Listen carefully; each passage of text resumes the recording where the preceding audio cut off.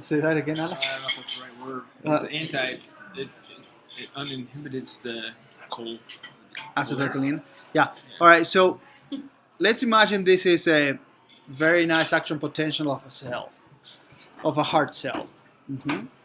And we have the cell, as you all know, the heart cells have a negative voltage. Let's make it minus 80 to put somewhere. And this is positive. What happens is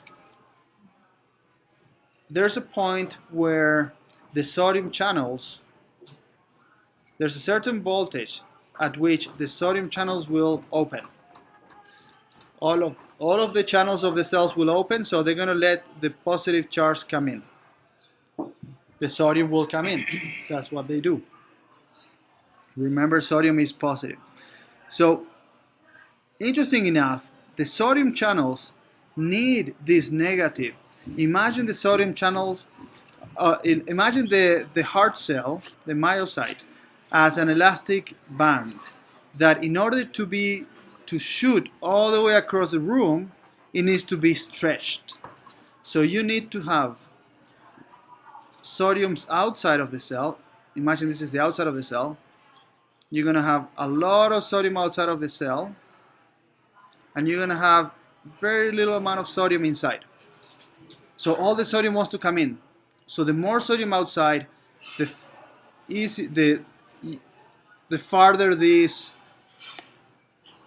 elastic band will go. So you want to keep your sodium outside of the cell. You don't want any sodium inside. That way, I got fish. That's your steak. Yeah. This is my okay. survey. I won't ask you questions with that knife in your hand. Yeah. Did the speaker do good? Well. Yes. Alan is awesome. Yes. Survey monkey, right on. Yes. So basically, when you hurt a cell, the cell cannot, the channels will start breaking and they will open. So the sodium channels will not be able to keep this difference between sodium inside and outside. So instead of minus 80, let's say the cell that has been hurt will be here. So if your cell is here, it's like your elastic band is not being stretched.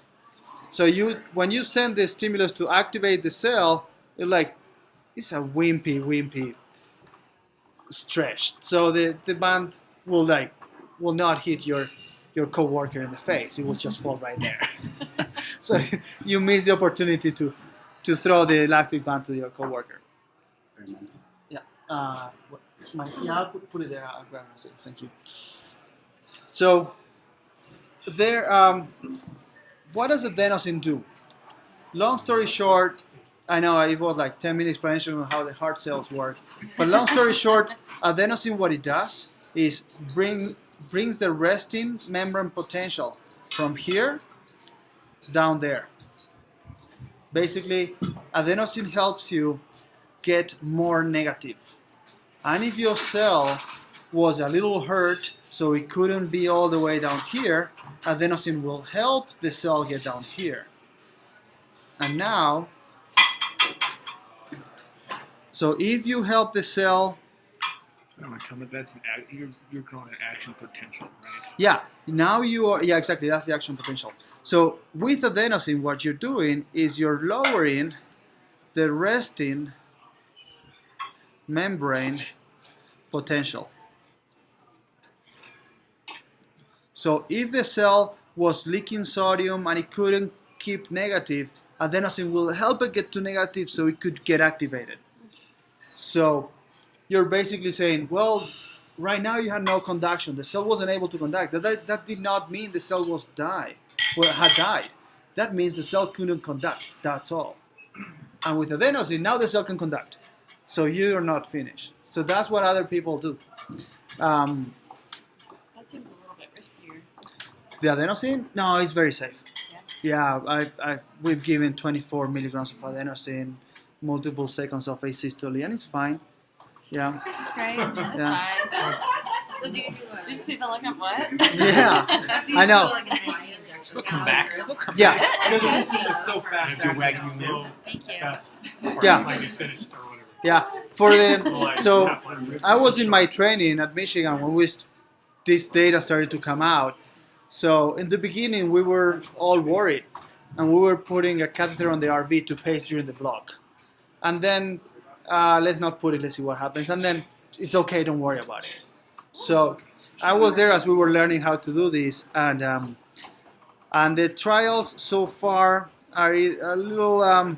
Some of them are positive, some of them are negative. So there's not uniform consensus of does it help or doesn't.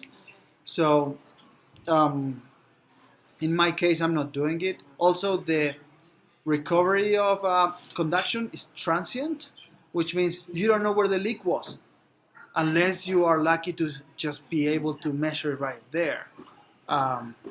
So I just found that it's not that user-friendly. I don't find data behind it. And I found that during the 30, 60 minutes, 60 minutes that I'm waiting, I have other things to do with the patient, help the patient in diuresis or help the patient with a full EP study off isoproteol, protenolol, with different degrees of sedation, different drugs of sedation. All those things I do while waiting. So that's to answer your questions. How do you know when you're done? How about using like a flecainide or something to decrease that? Cool. So let's take a little break and then we'll talk about overall management of AFib. Because